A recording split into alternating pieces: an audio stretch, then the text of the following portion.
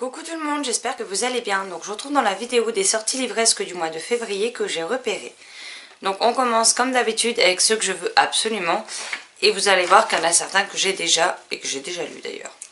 On a tout d'abord La part des ombres, le tome 2 de Gabriel Katz, publié chez Pocket.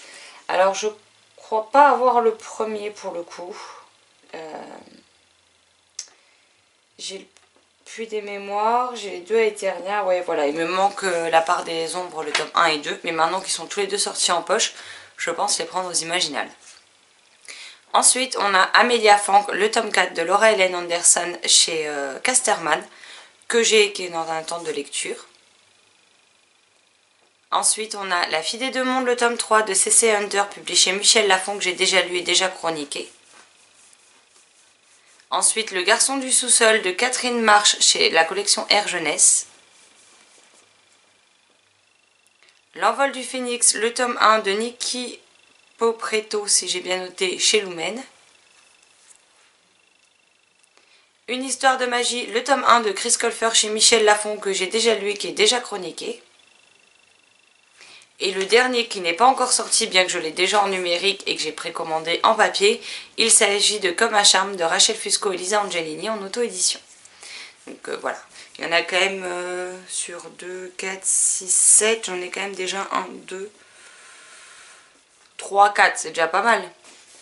Dans les livres que je veux absolument, il n'y en avait pas beaucoup cette fois, parce qu'après c'est beaucoup des suites de séries dont je n'ai pas encore commencé la saga. Donc à voir. Mais c'est maintenant que les choses se gâtent, on va dire.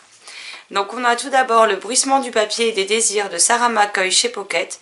Donc j'ai deux titres de l'autrice à lire, donc à voir si j'aime ou non. Evermore, le tome 2 de Sarah Holland chez Bayard. Donc j'ai le tome 1 dans ma pile à lire et j'espère bien le lire cette année si j'aime lire le 2 dans la foulée.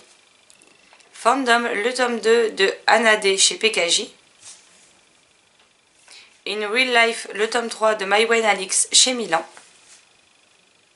La petite faiseuse de livres, le tome 2 qui est un manga de Miya Kazuki chez Ototo.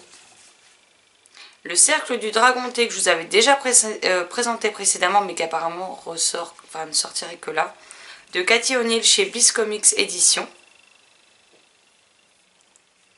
Toto Ninjacha de Dermo O'Leary chez Gallimard Jeunesse. Alors oui, là vous allez être surpris parce que la première série je ne l'ai pas aimée tant que ça et je n'ai pas lu les autres trilogies de l'univers. Mais là pour le coup il s'agit de deux personnages, les seuls que j'ai vraiment beaucoup aimés dans la série. Donc vu que ça se concentre sur eux principalement, je pense laisser une chance à cette nouvelle trilogie. Et il s'agit de The Mortal Instrument, mais La malédiction des anciens, le tome 1 de Cassandra Clare et Wesley Chu chez PKJ, qui du coup va se concentrer essentiellement sur Magnus et Alec, mes deux personnages chouchous aussi bien dans la série télé que dans les livres, donc à voir ce que ça va donner. Ensuite on a Trouille Academy, les tomes 1 et 2 de Bertrand Puard chez Pulp Fiction. Arnaud, les tomes 1 et 2 de Annie J chez Albin Michel Jeunesse. Alors par contre j'ai pas compris parce que sur les couvertures que je vois, le premier tome d'Arnaud s'écrit A-R-N-O et sur le second A-R-N-A-U-D. Je comprends pas trop ce changement d'orthographe du nom, mais bon bref. Ensuite Chat s'en va et Chat revient de Luc Blanc-Villain chez Fleurus que j'ai déjà. Heartstopper, le tome 2 de Alice Oseman chez Hachette.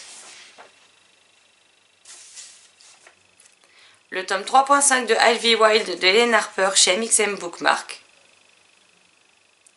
Le cauchemar d'Edgar Poe qui est dans la série Grim Legacy de Polly Schulman chez Bayard. Donc j'ai les tomes 1 et 2, donc si j'aime je me prendrai le troisième qui sort cette fois en poche. Les âmes englouties de Susan Johnson chez Pocket. Donc je lis très peu de thrillers de policiers, mais celui-ci je l'avais repéré en grand format.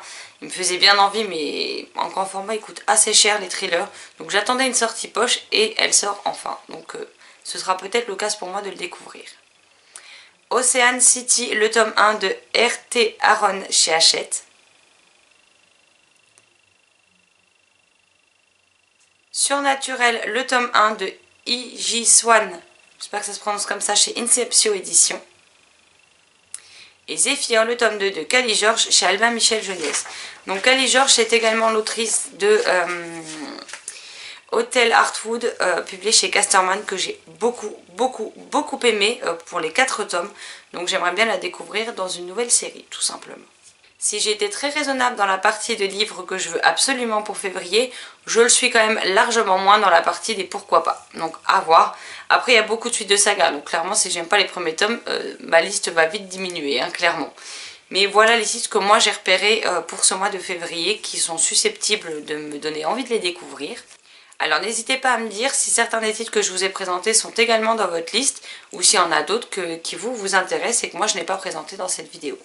Sur ce, je vous souhaite une excellente journée, de belles lectures et je vous dis à très vite dans une prochaine vidéo. Bye bye.